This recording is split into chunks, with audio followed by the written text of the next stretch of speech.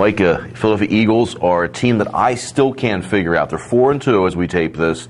They could be 6-0. I mean, the 2 losses they had chances to win those games.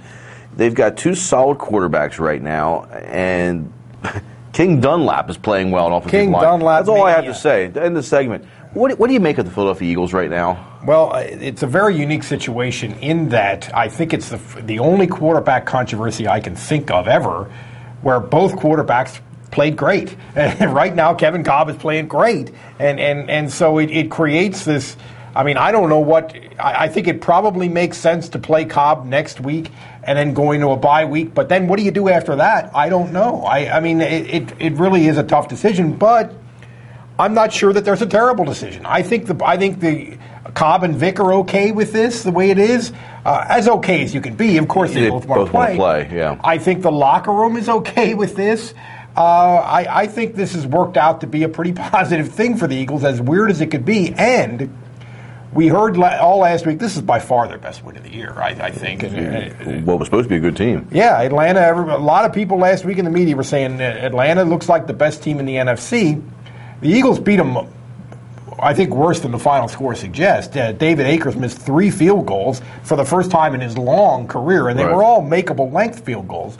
And I thought they got a bad interference call near the end of the first half, which helped Atlanta get a touchdown instead of probably a field goal. So I mean, that game could have been like 40-13 or something like that. So it's definitely the best moment of the season for the Eagles. Again, Ray Didinger, who has expert Hall of Famer writer, does a lot of stuff with the NFL. Thought this was a very even game, and Atlanta was a good matchup for them. I really can't make out what this team is like yet. I'll say this. They must have good coaches over there because King Dunlap looked really bad against the 49ers and against John Abrams, a very good defensive lineman, 93.5 sacks for his career. He did very well. I think it, yeah. And the same with the quarterbacks. It's a good point. I mean, they're using 2 quarterbacks who have much different styles and can do much different strengths and weaknesses, and to be able to go week for week and kind of fine tune to suit each of them. I think maybe that's being a little underrated. We hear an awful lot about the dumb things that Andy Reid does, and he does some dumb things, clock management and things like that. First thing I thought of. But he and Marty Mornhinweg seem to have found a way to neutralize, at least for 1 week, neutralize the weakness of their offensive line and find a way to get the ball down the field and run the West Coast sort of short stuff offense. So I think you got to give them some credit for this. You think moving forward, Vic might give them another dimension with his speed. Also, everybody's been picking on the offensive line of the Eagles, and yet they held up pretty good against last week. But Vic might help with the offensive line. They may have some weaknesses, and he gives another dimension. But you saw how well Kolb played.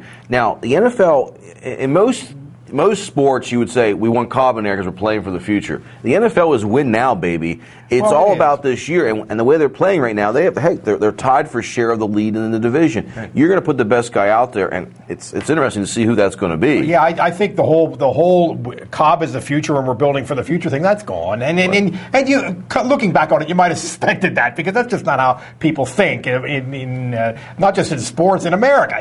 Do it now. And people aren't going to be patient. But both quarterbacks are playing well. I think the total argument for Vic is the weakness of the offensive line. He's better when you're not blocking people. That's the whole argument for Vic because West Coast offense, the kind of offense Andy Reid plays, I think Kolb is well suited to it and probably a little better at it than Vic is in terms of the passing game. There's one more argument for Vic. His numbers are outstanding so far on the year as well. They are. But I'll take 23 out of 29 for 320 yards or whatever it was that Kolb did. You'll take that any day. So not a bad situation to be in, I guess, is what we're saying. I'll take either one.